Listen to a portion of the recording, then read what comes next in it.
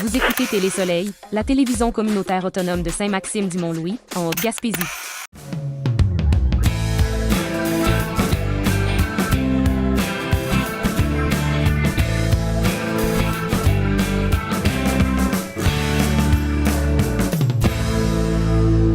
À l'approche des élections fédérales, nous rencontrons Alexis Deschênes, candidat du Bloc québécois, pour discuter de sa campagne et de ses priorités pour la Gaspésie et les îles de la Madeleine.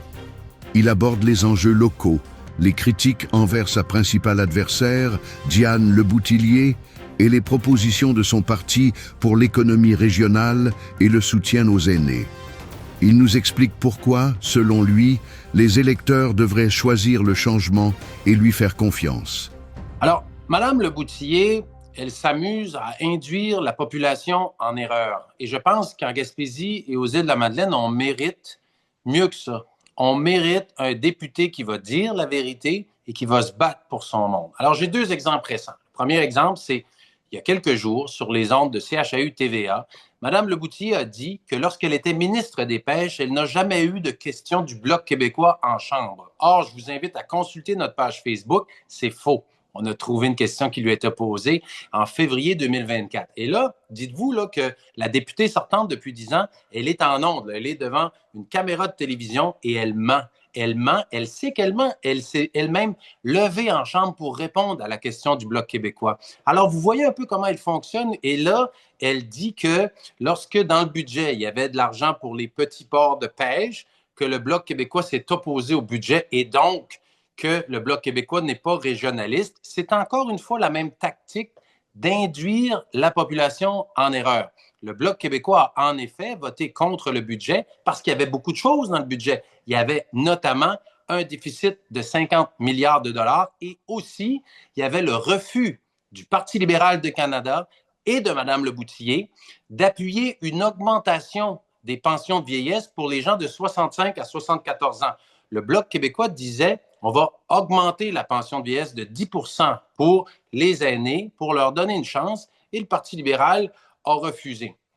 Mais vous voyez comment elle fonctionne, Mme Leboutillier. C'est un peu dommageable parce que moi, je pense qu'il faut se fier à l'intelligence des gens, puis j'ai confiance que les gens vont voir dans les tactiques de Mme Leboutillier, finalement, une façon d'induire la population en erreur, une façon aussi de miser sur la peur, parce qu'au début de la campagne, elle disait « Votez pour moi, je vais être une voix forte au gouvernement ». Or, elle n'est plus ministre des Pêches. Son chef, Mark Carney, qu'elle n'a pas appuyé, a largué la Gaspésie. Ça a été un de ses premiers gestes. Il l'a tassé du Conseil des ministres. Il lui a retiré sa confiance. Et après ça, Mme Leboutillier a dit « Oui, mais votez pour un député qui va être au pouvoir. » C'est vrai que le Parti libéral a des fortes chances d'être au pouvoir. Nous, on a analysé les investissements fédéraux, puis on s'est aperçu que la couleur politique d'un député, ça n'a pas d'impact sur les investissements fédéraux. La preuve, c'est que, par exemple, le programme Nouveaux Horizons pour les aînés, il y a eu plus d'argent sous Christina Michaud dans la circonscription bloquiste que de l'argent qui est allé en Gaspésie et aux îles dans la circonscription de Mme Leboutillier. Donc, Mme Leboutillier, finalement, elle manque d'arguments et là, elle recourt à des tactiques qui sont un peu déplorables où elle va aller jusqu'à inventer des faits. Je pense vraiment qu'on mérite mieux que ça. Alors maintenant, de votre côté, comment se passe votre campagne en général?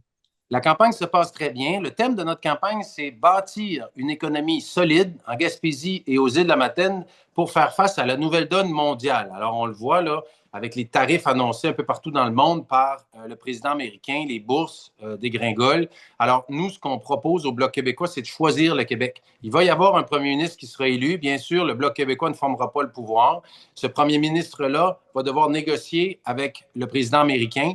Et si on veut qu'il n'oublie pas ce qui est important pour nous comme Québécois, ça prend des députés du Bloc québécois pour faire valoir nos préoccupations.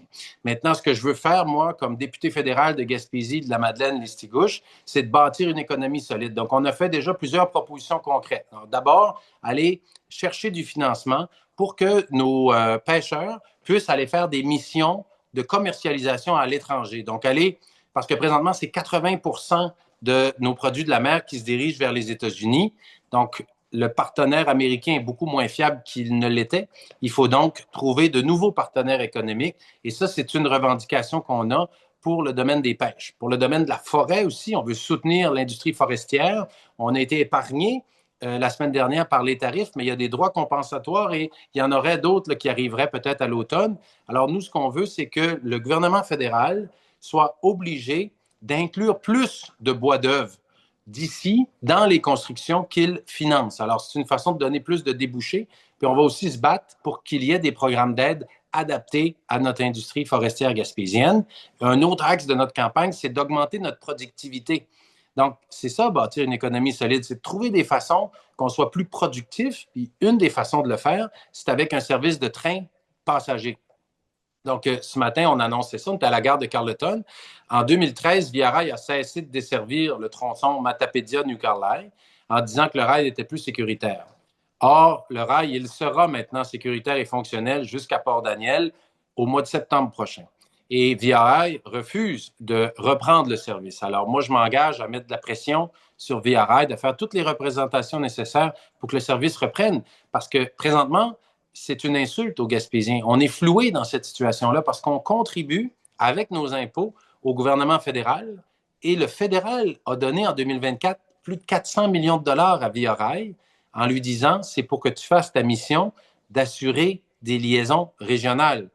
Via Rail le reconnaît elle-même que c'est au cœur de son mandat d'assurer une liaison régionale. Et donc, on a aussi investi comme Gaspésien, là, avec l'argent de nos impôts, pour remettre le rail en état.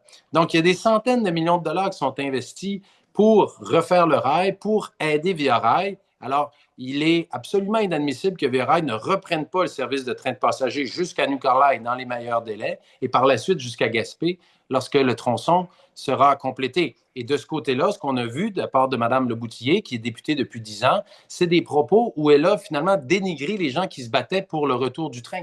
Elle a dit dès 2015, c'est pas ma priorité, ça va être l'avion avant le train. Après ça, elle a dit, j'embarquerai pas, moi, dans un train. Et en 2023, elle a dit à ceux qui se battaient pour qu'on prolonge le tronçon jusqu'à Gaspé, en tout cas, bonne chance, de façon sarcastique. Alors, Mme Leboutillier, non seulement induit la population en erreur, mais elle ne défend pas les citoyens gaspésiens face à Via Rail.